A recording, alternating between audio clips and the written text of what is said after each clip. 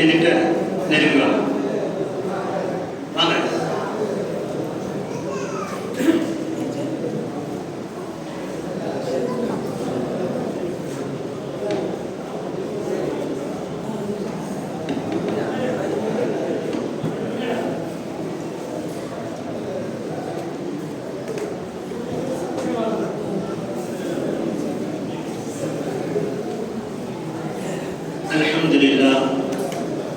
الحمد لله نحمده ونستعينه ونستغفره ونؤمن به ونتوكل عليه ونعوذ بالله من شرور انفسنا ومن سيئات اعمالنا من يهده الله فلا مضل له ومن يضلل فلا هادي له واشهد ان لا اله الا الله وحده لا شريك له واشهد ان محمدا عبده ورسوله اما بعد فاعوذ بالله من الشيطان الرجيم ومن الناس من يشري نفسه ابتغاء مرضات الله والله رؤوف بالعباد اللهم صل على محمد وعلى ال محمد كما صليت على ابراهيم وعلى ال ابراهيم انك حميد مجيد اللهم بارك على محمد وعلى ال محمد كما باركت على ابراهيم وعلى ال ابراهيم انك حميد مجيد رب اشرح لي صدري ويسر لي امري واحلل عقدة من لساني يفقهوا قولي ربي ادخلني مدخل صدق وأخرجني مخرج صدق واجعل لي من لدنك سلطانا نصيرا سبحانك لا علم لنا إلا ما علمتنا إنك أنت العليم الحكيم. கண்ணியம் நிறைந்த இறை நல்லடியார்களே, அன்பார்ந்த தோழர்களே, தோழிகளே,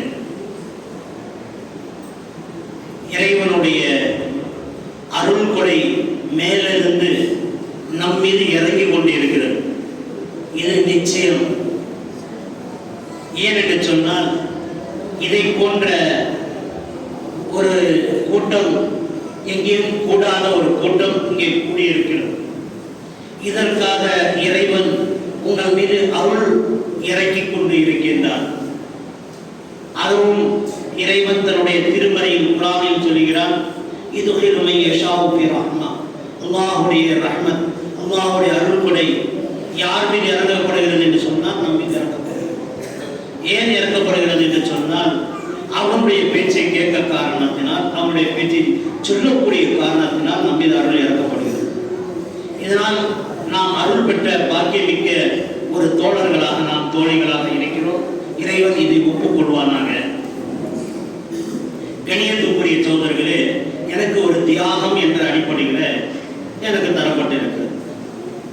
இறைவன் ஒரே ஒரு வசனத்தில் சொல்லி காட்டுறான், ஒமினன் நாஸ், மனிதர்களில் யஸ்ரீ நபுசவுத்திகா மரதாத்திகா, இறைவனுக்காக தன்னுடைய ஆத்மாவை, தன்னுடைய வீரை, தன்னுடைய நஃப்ஸை, தன்னுடைய வாழ்வை, தன்னுடைய அதிகாரத்தை இறைவனுக்காகவே ஒப்படைத்து விடுவார்கள்.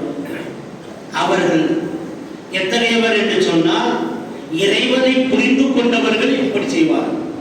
நாம் இறைவனை எப்படி புரிந்து கொள்ள முடியும் என்று சொன்னால், இந்த உலகத்தில் ஒரு வாழ்க்கை இருக்கிறது என்று சொன்னால் இந்த வாழ்க்கை இதோடு முடிந்து விட்டது. சகோதரி, எனக்கு முன்னாடி பேசக்கூடிய சகோதரர்கள் உங்களுக்கு ஒரு நினைவூற்றுவதற்காக சொல்லி காட்டினார்கள். ஒரு ஆள் ஒரு ஜீவத்தை துன்புறுத்தி கொண்டிருந்தார். ஏடா அதை துன்புறுத்த அப்படின்னு கேட்டார். நீ மறு ஜென்மத்தில் வந்தா உன்னையும் இந்த மாதிரி துன்புறுத்துவாங்க, அவன் மாதிரி நீ மாறுற அப்படின்னு. அப்படி நாம சொல்றது பிள்ளைங்களை, ஆனா மறு ஜென்மம் நமக்கு கிடையாது. செத்து போட்டா அவ்வளவுதான். செத்து போனா இதோட முடிஞ்சு போச்சு நம்முடைய வாழ்க்கை. இதுக்கு பிறகு ஒரு வாழ்க்கை எது என்றால் கபருடைய வாழ்க்கை. கபருடைய வாழ்க்கைக்கு பிறகு எந்த வாழ்க்கை? மஹ்ஷருடைய வாழ்க்கை. அந்த இறைவன் கேள்வி கணக்கு கேட்கிறார். அந்த வாழ்க்கை, அந்த வாழ்க்கைக்கு பிறகு எந்த வாழ்க்கைங்க? கேள்வி கணக்கு கேட்ட பிறகு எந்த வாழ்க்கை? சுவர்க்கமா நரகமா? அந்த சுவர்க்கத்தை பற்றி அறிந்து கொண்டவர்கள் தான் தன்னுடைய வீர ஆத்மாவை தியாகம் செய்வார். ஒரு ஜாபீர் இப்னு அப்துல்லாஹ் என்ற ஒரு பேர் உள்ளவர், ஒரு சகோதரர். இறை தூதர் அவர்கள் சொல்கிறார்கள், ஊது போர் நடைபெறுகிறது. ஊது மர அணிவாதத்திற்கு போருக்காக வருகை பேரு? குடும்பத்துல ஒருவர் வந்தா போதும். ஒரு குடும்பத்துல பார்த்தாங்க 2 பேர் இருக்காரு. ஆனா அவங்களுக்கு 9 பெண் குழந்தைகள் அங்க இருக்கு. ஒரே ஒரு ஆண் குழந்தை. அப்பாவும் மகனும் 2 பேர் வீட்டுல இருக்காங்க. மொத்தம் பேர் எத்தனை இருக்காங்க? 9 பெண் குழந்தைகள். இது இருக்கக்கூடிய காரணத்தில அப்பா சொல்றாரு, நான் முகுதுமா அடிவாரத்துக்கு போறேன், நான் அங்க போர் நடக்கிற இடத்துக்கு நான் போறேன், நீங்க என்ன செய்யா என் பிள்ளைகளையும் உங்க தங்கச்சிங்களையும் உங்க சகோதரியை நீங்க பாதுகாத்துங்கன்றாங்க.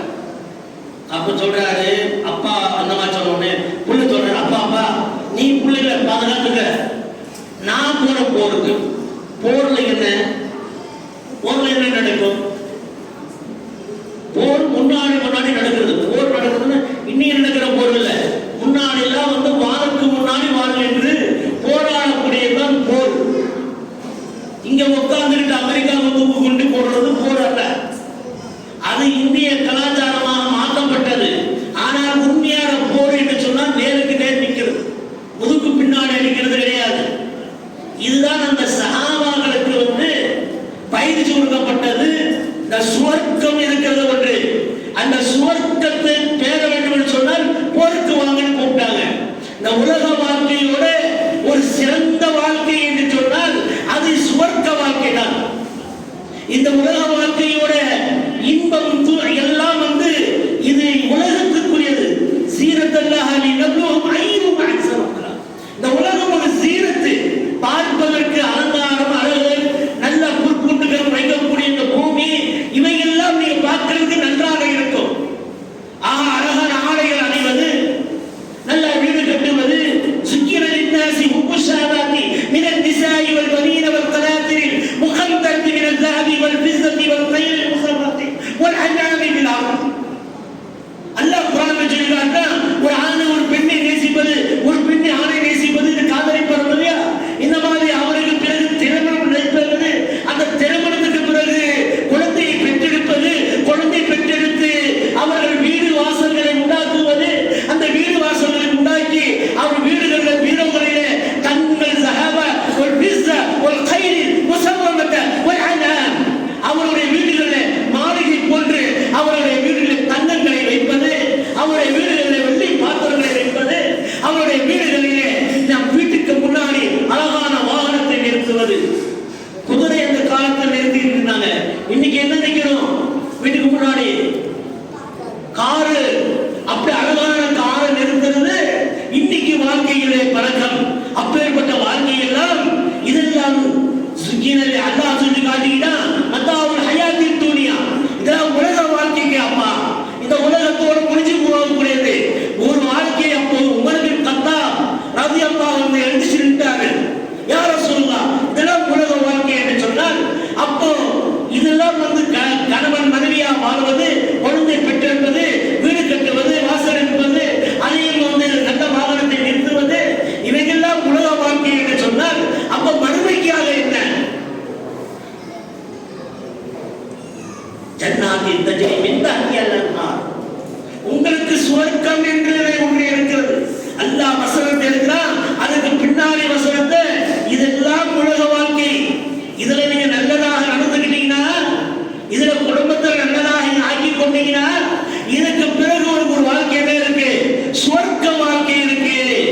ஜன்னாத்தின் தஜ்ரி மின் தஹ்திஹல் அன்ஹார், அந்த சுவர்க்கத்திலே அது பாலாறுகள், தேனாறுகள் அது ஓடிக்கொண்டிருக்கும். ஹூருல் ஹீன்கள் உங்களுக்கு கொடுக்கப்படுவார்கள். அந்த சுவர்க்க வாழ்க்கையில உங்களுக்கு அல்லாஹ் ரப்பல் ஆலமீன் உங்களை சுத்தி நிற்பதற்காக ஹூருல் ஹீன் கண்ணிய பெண்கள் நிறுத்தி வைப்பார். அவர்கள் உங்களை குஞ்சுவார்கள், உங்களை முத்தமிடுவார்கள், உங்களுடைய தாடைகளில் முத்தமிடுவார்கள், உங்களுடைய கை கால்களை அமுத்தி விடுவார்கள். உங்களுடைய கட்டல்கள் அதை அமைத்திருக்குமே, அதை சுத்தி 70,000 அந்த ஊரில் இருப்பார்கள். இந்த சுவர்க்க விஷயங்களை சொன்ன போது அந்த சஹாபாவுடைய உள்ளத்தில் தான் விட்டது, அப்படியே மலர்ந்து விட்டது. யா அல்லாஹ் அந்த சுவர்க்கத்தை பார்க்க வேண்டும், யா அல்லாஹ் அந்த சுவர்க்கத்தை நான் பார்க்க வேண்டும், அந்த சுவர்க்கத்தை காட்டி யா அல்லாஹ் எங்களுக்கு சுவர்க்கத்தை தா யா அல்லாஹ் என்று முஸ்லிமாய் வந்தவர்கள் தான் பிலால்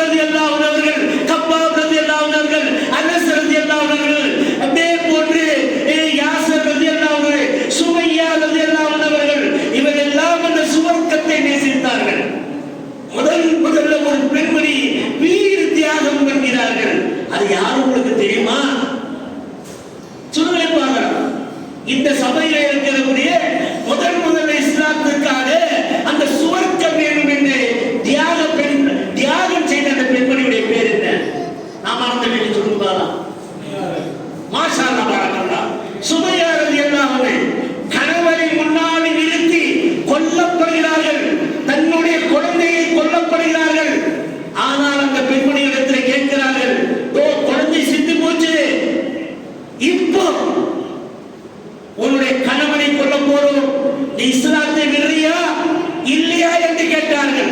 அதற்காக நம்ம என்ன சொன்னாங்க? என்னுடைய அந்த இறைவன் மட்டும் எனக்கு போதும். என் கணவனோ என் குழந்தையோ என் குடும்ப வாழ்க்கையோ இந்த உலக வாழ்க்கை எனக்கு தேவையில்லை. தேவை என்று சொன்னால் அந்த வாழ்க்கையிலே என்ன வாழ்க்கை வேணும்? சொர்க்க வாழ்க்கை வேணும். சொல்லுங்க பதிலே. உங்களுக்கு மனசுல பதிந்த இந்த விஷயத்தை. அப்போது அந்த அம்மையாரை கொலை செய்கிறார்கள். அவருடைய மகன் ஒரு மகன் மட்டும்தான். அம்மார் ரலியல்லாஹு அன்ஹா அவர்கள் மட்டும் மீண்டு விட்டார்கள். அந்த அம்மாரை ஏதோ தப்பித்து ரசூலுல்லாஹி ஸல்லல்லாஹு அலைஹி வஸல்லம் சொன்னாங்க, என்னுடைய தந்தை யாசரையும் கொன்று விட்டார்கள், என்னுடைய தாயை சுமையாவை கொன்று விட்டார்கள், என்னுடைய சகோதரர்களை அவரையும் கொன்று விட்டார்கள்.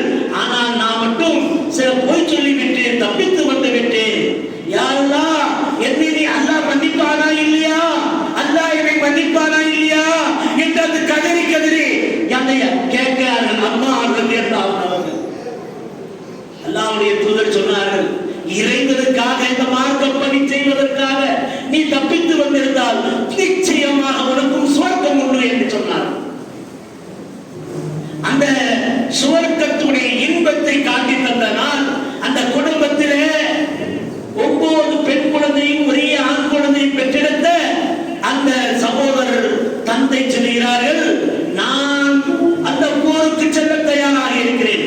மகன் சொல்கிறான், நானும் செல்ல தயாராக இருக்கிறேன். அப்பனுக்கும் பிள்ளைக்கும் போட்டி, அப்பனுக்கும் பிள்ளைக்கும் போட்டி.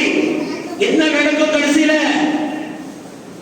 அல்லாஹ்வுடைய தூதர் சொல்றாரு, எப்பா ஒருத்தர் போதும், நீ ஒருத்தர் போ வீட்டுக்கு.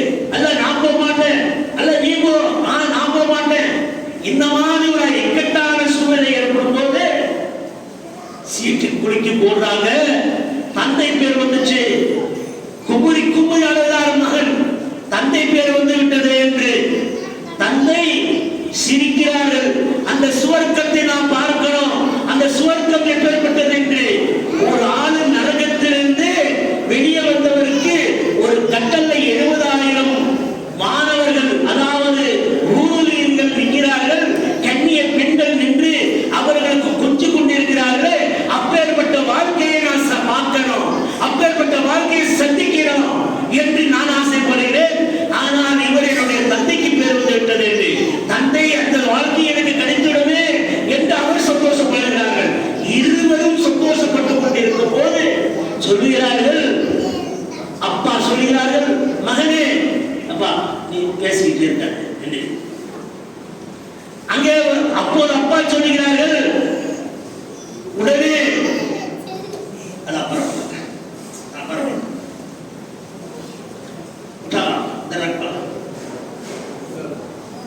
அப்பா சொல்லுகிறார்கள் மகனை பார்த்து, அப்பா உனக்கும் ஷஹீதுடைய தன்மை அல்லாஹ் தருவான், இல்லை என்று சொல்லல. நீ இந்த 7 பெண் குழந்தையை பராமரித்து நல்ல திருமணங்களை செய்துட்டா, நீ செய்து தந்தேன்னு சொன்னா உனக்கும் இறைவன் அந்த தன்மை தருவான் என்று இரவு அவர்களை சந்திக்கிறார்கள். காலையிலே பார்த்தால் போர் நடக்கிறது. போரிலே தந்தை மரணிக்கப்பட்டு விட்டார். போரிலே தந்தை மரணிக்கப்பட்டு விட்டார். அப்பாவை பார்த்து பிள்ளை கதறி கதறி அழுகிறார்கள். என்ன ஆகிவிட்டது, என்ன ஆகிவிட்டது, இவர் சுவரத்தை சந்தித்து விட்டார்கள். கேள்வி கணக்கு இல்லாத அந்த ஷஹீத் என்று சொல்லுவாங்க. அரபியில பேர் உயிர் தியாகிகளுக்கு பேர் என்ன சொல்லுவாங்க? ஷஹீத் என்று சொல்லுவாங்க. அவரை அடக்கம் செய்யப்பட்டது. சில நாட்களுக்கு பிறகு அப்படியே அல்லாஹ்வுடைய தூதர் இடத்துல கேட்கிறாரு, எங்க அப்பா எங்கே இருக்கிறாரு? மகன் கேட்கிறாரு. இறை தூதர்னு சொல்றோமே, அந்த தூதர் இடத்துல கேட்கிறாரு, எங்க அப்பா எங்கே இருக்கிறாரு அப்படின்னு. அதற்கு அவர் சுவனத்திலே பறவை போட்டு சுற்றி கொண்டு வருகிறார்கள் என்றார். அமைதியாக இருந்தார் மகன். கொஞ்ச நேரம் மீண்டும் கேட்கிறார்கள், என்னுடைய தந்தை எங்கே இருக்கிறார் என்று கேட்டார். இப்போது பறந்து இறைவனுடைய கையை சீமாசத்துல கை வைக்கிறோம் இல்லையா, அந்த பிடியின் மீது உட்கார்ந்து கொண்டிருக்கிறார் என்றார். இன்னும் அமைதியாக இருந்து கொஞ்ச நேரத்தில் கேட்கிறார்கள், எங்க அப்பா என்ன செஞ்சுக்கிட்டு இருக்காரு அப்படின்னு. அல்லாஹ்கிட்ட உட்கார்ந்து பேசிக்கிட்டு இருக்காரு. என்ன பேசுறாருன்னு கேட்கிறாரு. இறைவா, மீண்டும் எனக்கு ஒரு வாழ்வு தந்து நான் உலகத்திலே பிறந்து இந்த மார்க்க பணிகளை செய்து மீண்டும் உயிர் தியாகம் செய்து மீண்டும் இந்த சுவர்க்கத்துக்கு வரணும் என்று எனக்கு ஒரு ஆசை இருக்கிறது. என்னை மீண்டும் உலகத்துக்கு அனுப்புவாயா என்று கேட்டுக்கொண்டிருக்கிறார். அப்படி கேட்டுக்கொண்டிருக்கும் போது மீண்டும் இந்த பிள்ளை கேட்கிறார், அப்பா ரசூலுல்லாஹ் கிட்ட இப்ப என்ன பேசிக்கிட்டு இருக்கா? இறைவன் அவருக்கு சொல்லிக் கொண்டிருக்கிறார், உங்களுக்கு முடிந்து விட்டது. ஒரு முறைதான் இந்த உலகம், இந்த உலகத்திலிருந்து நீங்கள் திரும்பி வந்து விட்டீர்கள். திரும்பி மறுஜன்மம் கொடுத்து உங்களுக்கு அனுப்ப முடியாது. இப்போது உங்களுடைய சுவர்க்க வாழ்க்கை தான், இதில்தான் நிரந்தரமாக இருக்கிறோம் என்று இப்போது கேட்டு அதை சொன்ன உடனே அவர் மீண்டும் அந்த சுவர்க்கத்தை சுற்றி மீண்டும் வந்து உட்கார்ந்து கேட்கிறார். மீண்டும் பறந்து போகிறார். மீண்டும் பறந்து வந்து இறைவனோடு அருகாமையில கை வச்சுக்கிட்டு இருக்கிற இடத்துல உங்க அப்பா வந்து உட்கார்ந்துகிறாரு. இப்படி இந்த இஸ்லாத்தை தியாகம் பண்ண அந்த தியாகம் தான் இங்கே நமக்கு வந்து கிடைத்திருக்கு. சும்மா தியாகம் அல்ல, முஸ்லீம் என்று சொன்னால் தியாகம் பண்ணும்.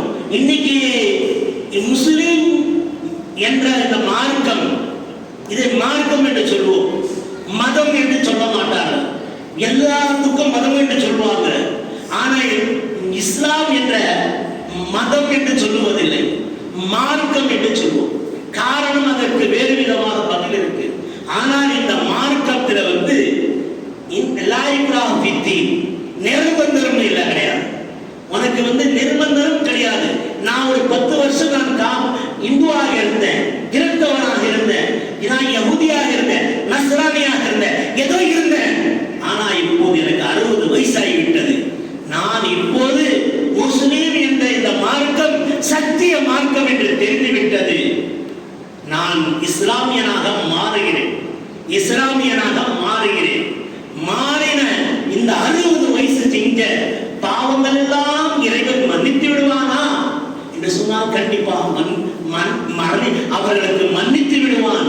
அவர்களை சுவர்க்கம் அன்று தினத்திற்கு கொடுக்க ஆரம்பிச்சு வருகிறார். ஒரு இறை தோழர் வந்து முஸ்லீம் ஆகிறேன் என்று சொல்லுகிறார். ஒரு இந்து தோழர் வந்து கையை கொடுத்து இறை தூதரிடத்தில் சொல்கிறார், நான் முஸ்லீம் ஆகிறேன் என்று சொல்கிறார். எனக்கு சத்திய பிரமாணம் செய்து தாருங்கள் அப்படின்னு ரசூலுல்லாஹ் இறை தூதர் அவர்கள் கை நீட்டுகிறார். அப்போது அவர் கை வைத்து அவருடைய கை மீது வைத்து சத்திய பிரமாணங்கள் செய்ய இருக்கிறார்கள். நான் முஸ்லீமாக போறேன் என்று மீண்டும் கையை இழுத்துக் கொண்டார்கள். சத்திய பிரமாணம் செய்யவில்லை. ஒரு முறை 2 முறை சத்திய பிரமாணத்திற்கு இறை தூதர் அவர்கள் கை நீட்டுகிறார்கள். கையை மடக்கிக் கொண்டார்கள். அவர் கேள்வி கேட்கிறார்கள். அந்த இந்து தோழர் இறை தூதரிடத்தில், நான் இப்போது ஒரு 60 வயது 50 வயதோ 40 வயதோ எனக்கு ஆகிவிட்டது. நான் இப்போது நான் முஸ்லிமாக மாறினால் நான் செஞ்ச கொலை, கொள்ளை, கற்பழிப்பு, திருட்டு எல்லாம் மன்னிக்கப்படுமா என்று முதல்ல அதற்கு உத்தரவாதம் தாருங்கள் என்றார். இறை தூதர் அவர்கள் சொல்கிறார்கள், உனக்கு இன்றைய தினம் எல்லாத்தையும் மன்னிக்கப்பட்டு விட்டது. இதுக்கு மேல எந்த ஒரு விதமான பாவம் உனக்கு இல்லை. இப்போது நீ கலிமா சொன்ன பிறகு, நீ முஸ்லிமான பிறகு மன்னிக்கப்பட்டு விட்டால் நீ நேரடியாக அந்த சுவர்க்கத்தை சந்திப்பாய் என்றார். இது 3 முறை அவர்கள் இறை தூதர் அவர்கள் சொன்ன பிறகு அவர் சத்திய பிரமாணங்கள் எடுத்துக் கொள்கிறார். இதுதான் நிர்பந்தம் இல்லாத ஒரு மார்க்கமா இருக்கு. சரி, முஸ்லீம் ஆகிவிட்டேன், நான் முஸ்லீம் ஆகிவிட்டேன் 60 வயதிலே, என்னை எல்லாம் மன்னிக்கப்பட்டு விட்டது. இன்று தினத்திலிருந்து எனக்கு என்ன முதல் கடமை? தொடங்கி 5 வழி தொழுக வேண்டும். ஏதோ தவறி நான் பஜரு காலை தொழுகை விட்டு விட்டேன், லேட்டாக தொழுது விட்டேன். இறைவன் மன்னிப்பாக மன்னிக்க மாட்டான், மன்னித்து விடுவான். ஏன்னா அவன் தூங்கிட்டான், மறந்து தூங்கி விட்டான். இதுதான் நிர்பந்தம் இல்லாத ஒரு மார்க்கம். செய்தாக வேண்டும், ஆனால் செய்தாக வேண்டும், தொழுதாக வேண்டும். ஆனால் தொழுகை எனக்கு தவறிவிட்டது. ஒரு நாள் 2 நாள் 3 நாள், அதுக்கு பிறகு கரெக்டா தொழ ஆரம்பிச்சிட்டீங்க. கரெக்டா தான். நான் திடீரென்று இஷா, அதாவது இரவு 8 மணி தொழுகை இருக்கிறது, அது தொழுகாமல் நான் தூங்கிவிட்டேன். நினைவு வந்தது காலை, ஐயோ நான் இரவு 8 மணி தொழுகவில்லை, இறைவனை அந்த கவலையினால் அவர் அந்த நேரத்திலே தொழுகும் போது அவருடைய அந்த பாவங்கள் மன்னிக்கப்பட்டு விடுகிறது. ஒருவர் கொலை செய்து விட்டார்கள், கொலை செய்கிறார்கள், 2 கொலை செய்கிறார்கள், 3 கொலை செய்கிறார்கள், ஒரு முஸ்லிம் ஆகின்றது 99 கொலையும் செய்கிறார்கள், 100 கொலையும் செய்து விட்டார்கள். ஆனால் இறைவன் அவரை மன்னிப்பானா என்று சொன்னால் மன்னித்து விடுவான். மன்னிப்பு கேட்கக்கூடிய முறைப்படி இறைவனிடத்தில் மன்னிப்பு கேட்டால் மன்னித்து விடுவான். இப்பேற்பட்ட மகிமை மிக்க அந்த இறைவன், அப்படி சொல்லக்கூடிய அந்த இறைவன், அதனால்தான் அந்த அரபு தேசத்தில் இருந்த எல்லா காபிர்களும், அதாவது மாற்று மதங்களாக இருந்தவர்களும் எல்லோரும் முஸ்லிமாக மாறினார்கள். முஸ்லிமாக மாறினால் அதற்கு பிறகு அந்த சுவர்க்கம் இருக்கிறது என்ற நம்பிக்கை உள்ளத்தில் ஏற்படுத்தியது. ஒரு பெண்மணி, அரபு தேசத்திலே ஒரு பெண்மணி என்ன சொல்கிறார்கள் என்று சொன்னால், யாரெல்லாம் முஸ்லிம் ஆகிறார்களோ அவருடைய தலை வெட்ட வேண்டும், அதற்காக ஒரு வால்பற்றையை தயார் செய்கிறேன், அதற்காக நான் ஒரு வால்பற்றையை தயார் செய்கிறேன் என்று வால்பற்றையை தயார் செய்கிறார்கள்.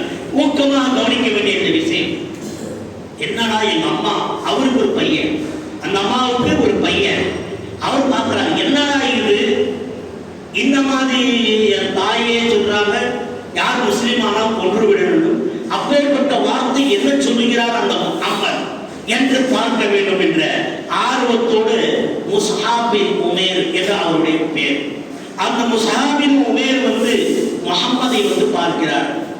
முஹம்மது ஸல்லல்லாஹு அலைஹி வஸல்லம் அந்த குர்ஆனுடைய வசனங்களை ஓதி காண்பித்தார்கள். அந்த குர்ஆனுடைய வசனங்களை தவிர வேறு எதுவும் சொல்லவில்லை. அல்லாஹ் எத்தகையவன் என்று சொன்னால், அல்லாஹு அல்லதி ஹலகஸ் ஸமாவாத்தி வல் அர்த ஃபீ சித்தத்தி அய்யாமின் சும்ம ஸ்தவா அலல். அந்த அல்லாஹ் இந்த பூமி வானம் எதுவும் இல்லாத நேரத்தில் 6 நாட்களிலே 7 பூமி 7 வானங்களை படைத்து அதிலே சூரியனையும் சந்திரனையும் படைத்து இந்த 7வது நாள் 6வது நாள் அவருடைய அரசின் மீது அமர்ந்து அவர் இந்த மனிதரை படைத்தார். மனிதரை படைத்து இந்த உலகத்திற்கு வெள்ளிக்கிழமை அனுப்பி வைத்தார். இப்பேற்பட்ட வசனங்கள் எல்லாம் கேட்டவுடன் மனம் கலங்கிவிட்டது. எந்த மதத்திலும் இப்படி டீட்டெயிலாக சொல்லப்பட்டது. ஆனால் ஒரு நாள் இந்த உலகம் அழிந்துவிடும். இந்த உலக தண்ணிக்கு மேல்தான் இந்த பூமி இருக்கிறது. அலம் நஜஅல் லஹு ஐனை அலா அலா அபுல் அம்மத் தஸாலூன் அனின் நபியில் அஸீம் அல்லதி ஃபீ முக்தலிஃபூன் கல்லா சயஅலமுன் சும்ம கல்லா சயஅலம் அலம் நஜஅலில் அர்த பிஹாதா வல் ஜிபால அவ்தாதா வ ஹலக்னாகும் அஸ்வாஜா வஜஅல்னா நௌமக்கும் சுபாதா வஜஅல்னா al-லைல லிபாஸா. நாம் தான் இந்த பூமி வானை படைத்தோம். அதில் இந்த பூமியை மழை குறையாமல் இருந்ததுக்கு இந்த மலைகளை படைத்து வைத்திருக்கோம். இன்னைக்கு நீங்க பாக்குறீங்க, எங்கே நோண்டாலும் தண்ணி வருது. தண்ணிக்கு மேல ஒரு பிளேட் மாதிரி இந்த பூமியை வச்சிருக்கோம். பூமி ஒரு பிளேட் மாதிரி வச்சிருக்கோம். இந்த ஆடாமல் அசையாமல் இருப்பதற்காக மலைகளை முளைக்குச்சிகளாக ஆக்கி இருக்கிறார். இந்த முளைக்குச்சி என்று சொன்னால் என்ன? இந்த மாடெல்லாம் நிறைய பேர் வச்சிருக்கிறது தெரியும். முளைக்குச்சி எப்படி அடிப்பாங்க தெரியலையா? முளைக்குச்சின்னாக்கா மாட்டை கட்டுறதுக்காக ஒரு குச்சி அடிப்பாங்க பூமியில. அது எவ்வளவு உள்ள போனா மாடு நிற்காது. எங்கய்யா பாதி உள்ள போறதா இல்லையா? பாதி உள்ள போனால மாடு கட்டினா நிறைய இழுத்துட்டு போவாங்க. சும்மா வச்சாக்க கவுந்துடும், மாடு ஓடிடும். அதனால அந்த முளைக்குச்சியை அடிப்பாங்க, உட்கார்ந்து அடிச்சு அந்த மாட்டை கட்டுவாங்க. அந்த மாதிரி இந்த மலைகளை நாங்கள் அமைத்திருக்கோம். யார் சொல்றா? இது நம்மை படிச்ச இறைவன் சொல்றான். இது உண்மையான செய்தி தானே. அப்ப இந்த குர்ஆனை நம்பலாமா நம்ப கூடாதா? நம்பிக்கை ஏற்படுது. அந்த முஸ்ஹாபுக்கு அந்த நம்பிக்கை வந்துச்சாதான். வஜஅல்னா al-லைல லிபாஸா வஜஅல்னா an-நஹார மாஷா. இலை பார்ப்பதற்காக தூக்கத்தை, உங்களுக்கு இலை பார்ப்பதற்காக இரவை நாம் படைத்தோம். பகலை சம்பாதிப்பதற்காக படைத்தோம். உங்களுடைய ஜோடி ஜோடிகளாக உங்களை படைத்தோம். உங்களுடைய உள்ளங்கள் சந்தோஷம் அடைவதற்காக. யாரு சொல்றாங்க? ஒருவர் தன் மனைவி உடம்பு சரியில்லைன்னா ரொம்ப கவலைப்படுறாங்க இல்லையா?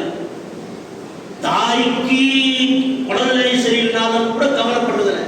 ஆனா பிள்ளைக்கு உடம்பு சரியில்லைனாக்கா தாய் கவலைப்படும்.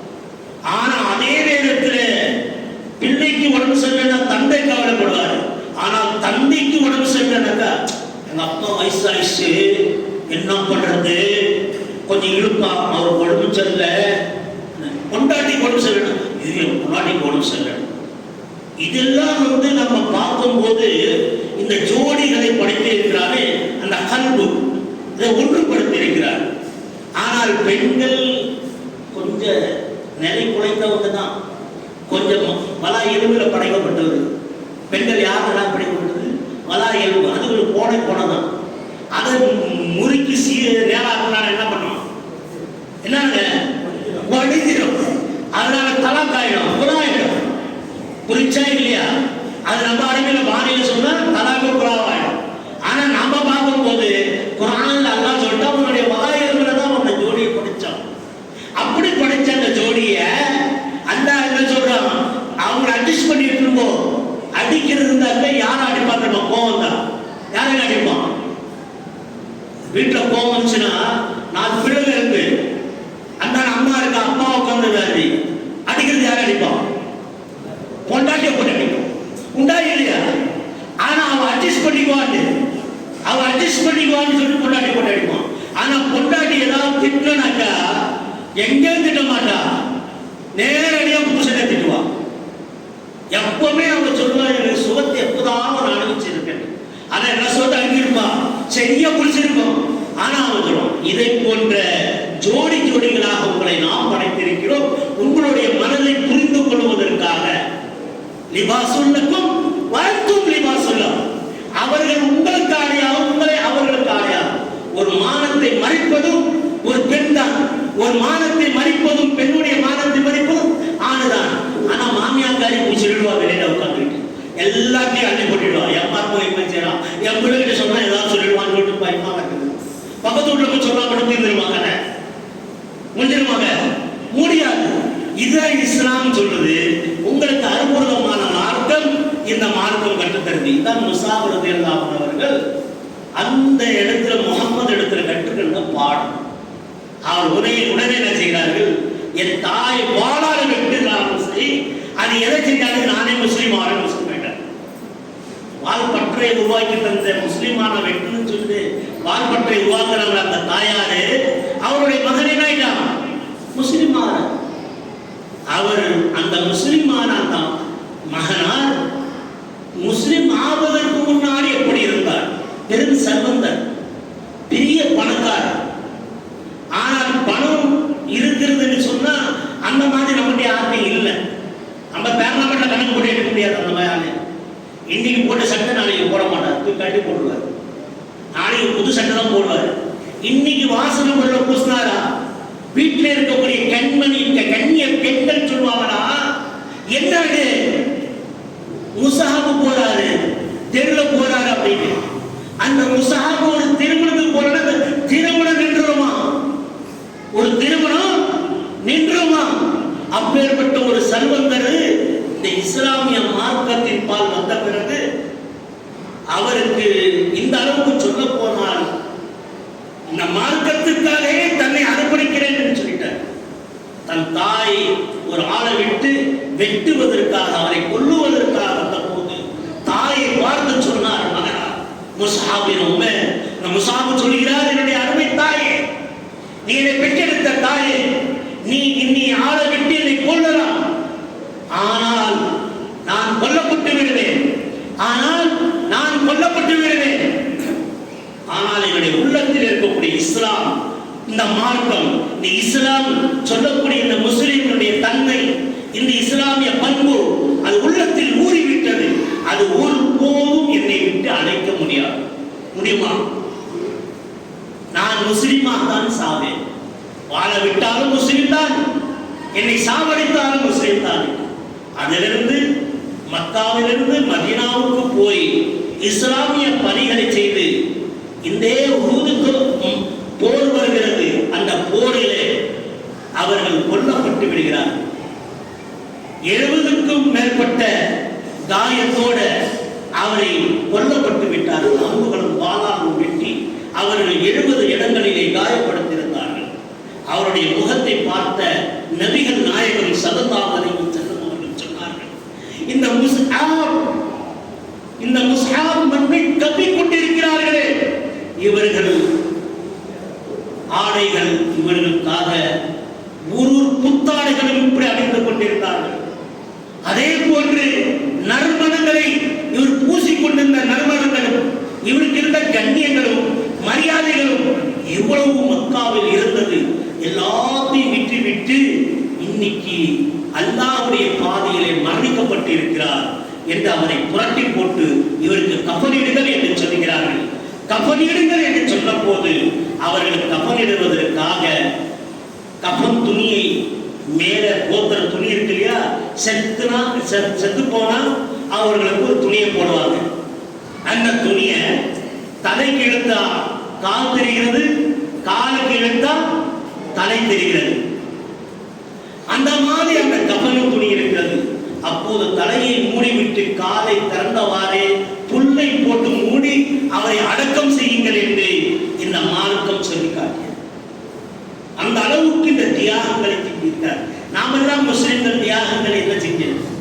ஏதோ மனமான போக்கில் செஞ்சுட்டு போயிட்டு, ஏதோ தாடி வச்சுட்டா முஸ்லிமு, ஒரு தொப்பியை போட்டுக்கிட்டா முஸ்லிமு, ஒரு ஜிப்பா போட்டுக்கிட்டா முஸ்லிமு, இதெல்லாம் முஸ்லிம் கிடையாது. முஸ்லிம் என்று சொன்னால் இறைவனுக்காக தாடி வைக்கணும், இறைவனுக்காக இஸ்லாத்தை ஏற்றுக்கணும். இஸ்லாத்தை ஏற்றுக்கிட்டா மட்டுமல்ல, அந்த இஸ்லாம் வருவதற்கு முன்னாடி முகமது நபி ஒரு காபிரா தான் இருந்தார். அவரும் முஸ்லிம் கிடையாது. அவர் 20 வயதிலே கத்தீஜாவிடத்திலே வேலைக்கு சேர்ந்தார். 25 வயசுல அவர் திருமணம் ஆச்சு. அந்த 25 வயசுல முஸ்லிம் ஆகல. 35வது வயசுல முகமது நபிக்கு அந்த காபா கட்டுறாங்க.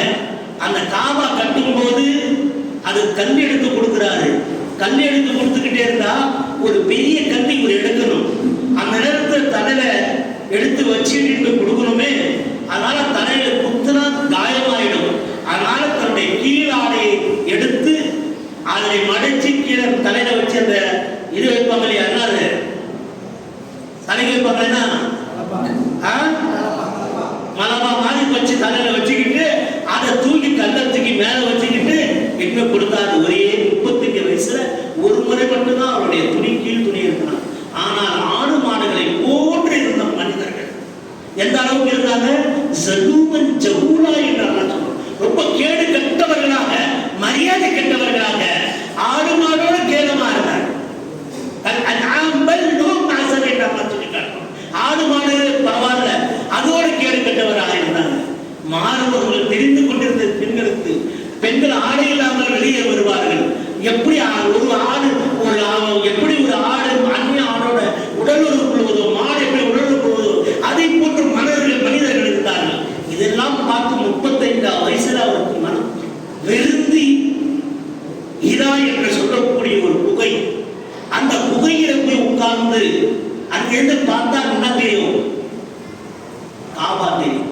என்ன தெரியும்? காபாவை பார்ப்பாங்க. அப்படியே பார்த்துக்கிட்டே, இந்த காபாவை படைத்த இறைவனே எங்களுக்கு நேர்வழி காட்டு. ஏறத்தாழ 5 வருடங்கள்.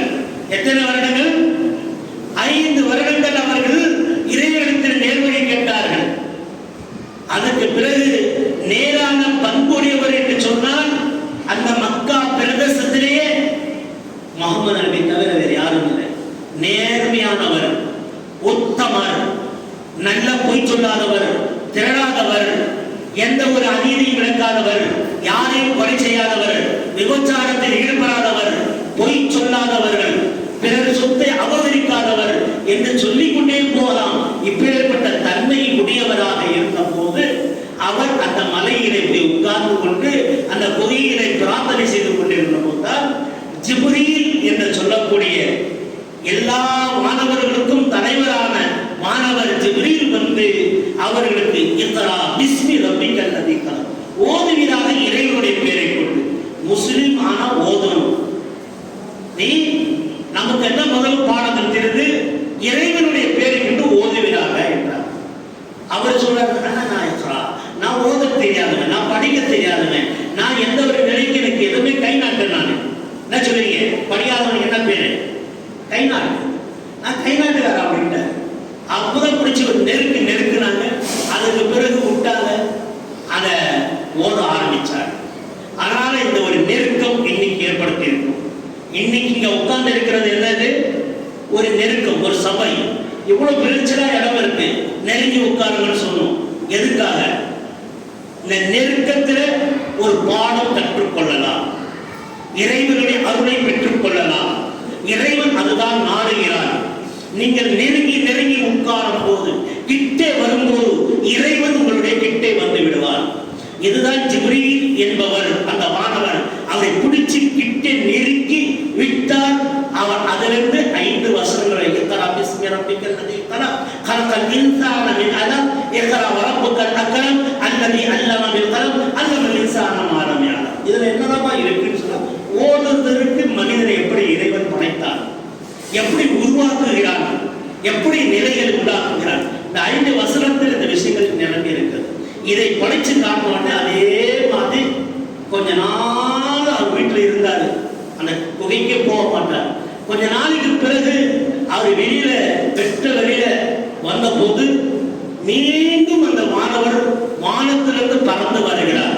பார்த்த உடனே ஓடி போய் வீட்டில் வந்தார். எந்திரி தூங்கி கொண்டு இருக்கிற வீட்டில் போய் எழுப்பாட்டி இறைவனுடைய பொருளை சொல்வீராக, இறைவனுடைய புகழை பேசுவீராக என்று சொன்னார். அதை நாங்கள் சும்மா பேசுறோம், பேருக்காக பேசுறேன். இங்க பேசுறது நோக்கம் என்ன?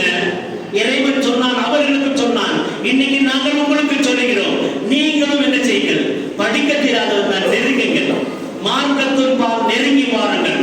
நெருங்கி வந்தால் அந்த சுவர்க்கம் நிச்சயமாக கிடைக்கும். நீங்கள் நெருங்கி வந்தால் நிச்சயமாக உங்களுக்கு வெற்றி கிடைக்கும். நீங்கள் முஸ்லீம் ஆகிவிட்டவர்கள் எத்தனையோ பேர்கள் இன்னைக்கு கோடியான கோடி மக்கள்கள் கோடீஸ்வரர்களாக இருக்கிறார்கள்.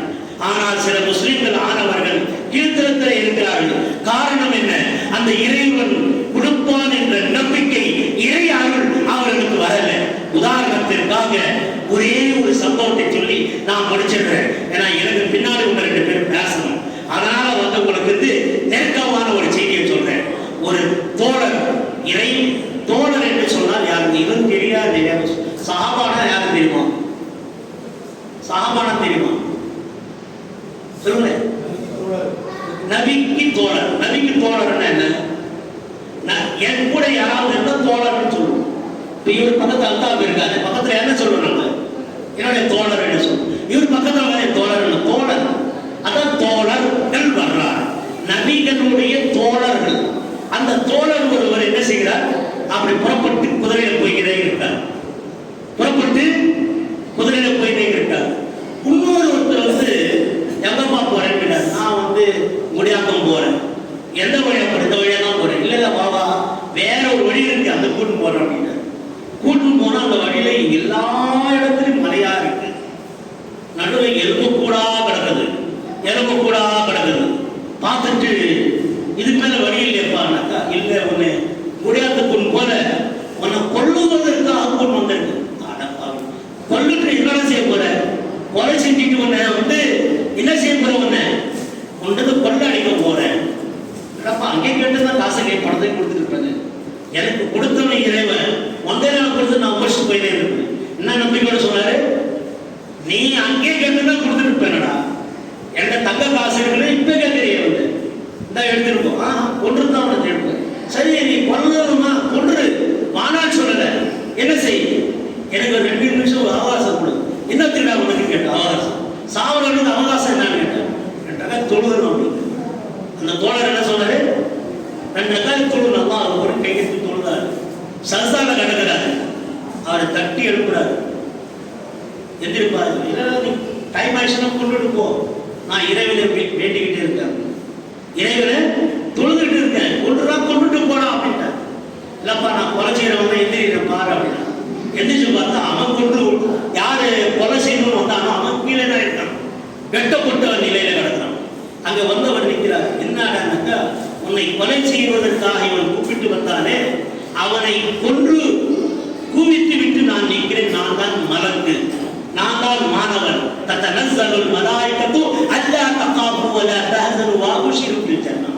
நீ பயப்படாதப்பா, கவலைப்படாத. துக்கம் வரும்போது எந்த கவலையும் பட தேவையில்லை, இந்த கவலைப்பட தேவை, எல்லாம் எனக்கு சமம் இல்லை போடாம தூக்கி போட்டு இறைவன் என்னை காப்பாற்றுவான்ற உறுதி மனப்பான்மை வந்துச்சுன்னு சொன்னா நிச்சயமாக வெற்றி வெற்றி வைத்திருந்தான். இன்ஷா அல்லாஹ் அந்த மாதிரி உறுதியா இருப்போமா?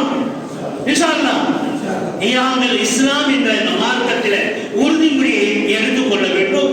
நாம் இஸ்லாமியர்கள் ஆகலைனாலும் சரி, இஸ்லாம் மார்க்கம் என்பது உண்மையான ஒரு மார்க்கம், சத்தியமான ஒரு மார்க்கம் என்பதை நாங்கள் உறுதி கொள்கிறோம். அதன் மீது நாங்கள் உறுதி பரிமாணங்கள் செய்கிறோம் என்ற மனதுக்குள்ளார உறுதிமானங்களை எடுத்துக்கொள்ளுங்கள். அஸ்ஸலாமு அலைக்கும்.